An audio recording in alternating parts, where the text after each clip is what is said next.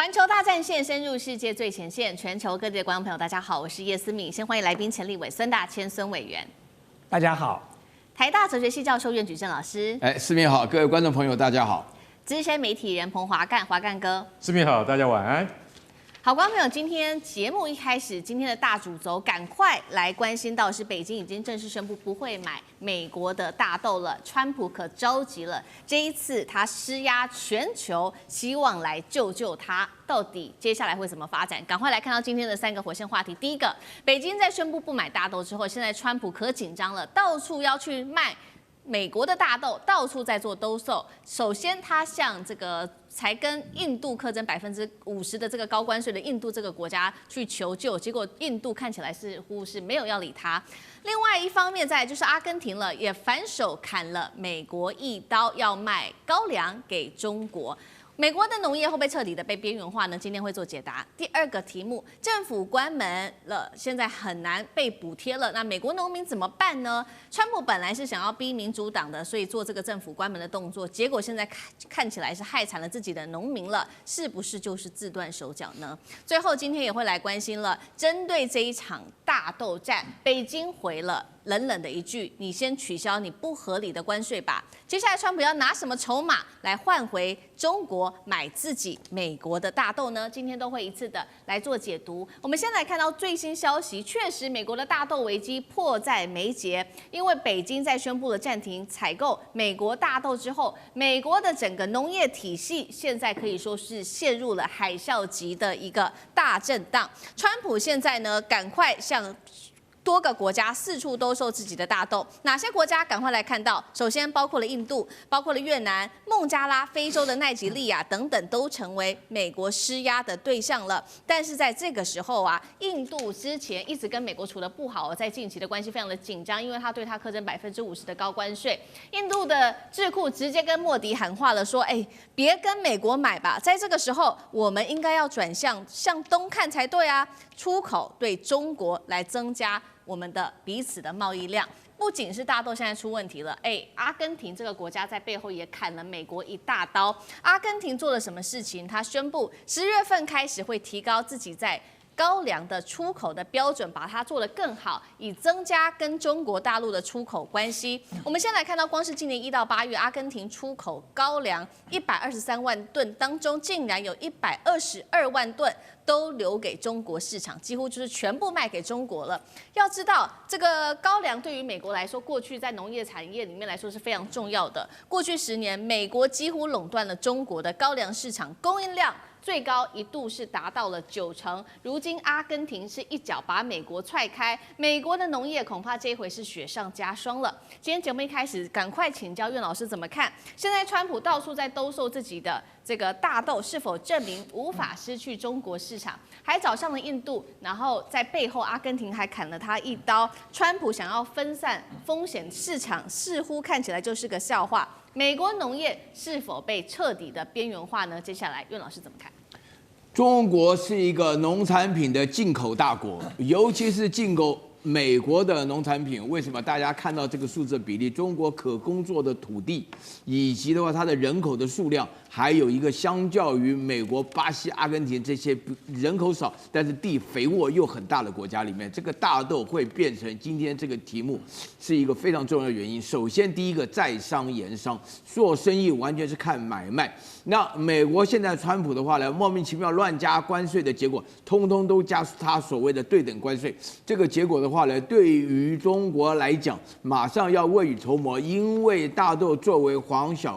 豆、小麦、玉米中的第一位，对于中国来讲，我们每个人都喝豆浆，我们每一个人都吃大豆，我们大豆又可以给畜生吃，大豆又可以给人做豆浆吃、做豆腐吃，对中国来讲特别重要。所以说呢，你只要哪里有便宜就买哪里的大豆。现在大豆的话呢，这个最重要的是从巴西进口，这是第一个重要的原因。第二个的话呢，有很多国家像阿根廷啊，或者说是这个巴西啊，他们完全针对于美国的关税政策做出反制，因为这些国家他们也是进行了农产品的尽量对外出口。原来中国跟美国进口了非常多的大豆的主要原因是为了平衡的贸易逆差。那你现在贸易现在产生这种结果没有办法平衡的时候，那对不起，只好是换的比较便宜的。所以阿根廷借这个机会马上取消了大豆出口的税额。那么中国本身来讲，抢了10船的阿根廷的大豆，另外有70%是改从巴西进口。对于美国来讲的话呢，这个可麻烦了，因为美国的大豆产农，他们本身来讲，无论是贷款也好，播种也好，租这个他们的农具机也好，就是说现在到目前为止，每吨的大豆损失的话，就要损失150块美金以上。在这种数字底下的话呢，以美国现有的制度，很多中西部的农民大豆卖不出去，不是烂在地下，就是直接抱怨这个川普策略。然后第三个，我要强调，农业的本质对于川普来讲是一个大坏的消息，因为农业进口的话呢，一定要经过一个检查，无论是农药上的检查还是基因的检查，都需要非常严密检查。换而言之，这里消息已经说明了，在大陆本身改换从巴西或者阿根廷或者其他国家进口大豆的时候，已经改了非常长的时间，只是没有让美国知道而已。美国现在还傻傻的认为说关税有用，有用的结果产生这样的下场，这个下场所导致的结果就是在很长一段时间，整个美国的大豆会失去中国的市场，这就是结论。好，大豆的损失现在初估起来，来自于共和党议员的初估哦，恐怕达到了数十亿美元。现在美国自己非常的头痛，尤其川普很重要的铁票仓全部都是来自于农业，所以他现在真的是卖不出去了，只好想办法怎么做呢？接下来他就是开始兜售嘛。那兜售之外，这是一个方法，另外一件事情就是他希望能够补助这些农民。但是现在眼前的问题是什么？美国现在政府关门农业部没有办法。连最基本的贷款都给不起，是要怎么补助呢？华尔街日报跟这个路透也在这边做披露了。川普现在正在想办法，希望能够考虑至少100亿美元的紧急援助计划，真的给得出来吗？还是就打倒了美国原本的农业铁票仓？是不是本来是要弄民主党的，现在害到自己了，还害到自己重要的选民？干哥怎么看？好了，川普态度那么强硬我跟你讲哈，但是现在他有一个，就是说有一个不是在我们的思考里面的一个招数他是怎样知道？他就绕过国会，因为反正现在政府停摆嘛，对不对？那国会现在最快要14号才开会那我们就透过什么叫做商品信贷公司 CCC， 那是专门是帮农业补贴农民的一个公司，我就绕过国会我就私底下先给这个农民补贴对不对？可是我可以告诉你你先给的话，那你要什么时候才能够拿到钱？不是今年拿不到钱。我已经答应给你补贴了，可是问题是你今年可能拿不到钱。我跟各位讲，农民不能够现在拿不到钱，因为他们的，老实讲一句，农民的收益就是他们完全看天吃饭的。如果大豆在今年底卖不掉，你连带其他的这些农产品也一样卖不掉，这样子他们的生计就会断了，因为他们都靠贷款在活的。如果说你今天你付不出贷款的话，那你怎么办呢？这就是最直接而间接的冲击，就到了农民的身上了。所以从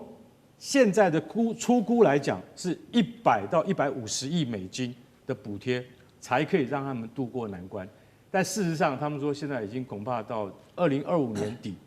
我跟你讲，他说如果在关税跟稀土的争议上，如果没有办法得到解决的话，农民最高的最后补贴可能会达到400亿的美金，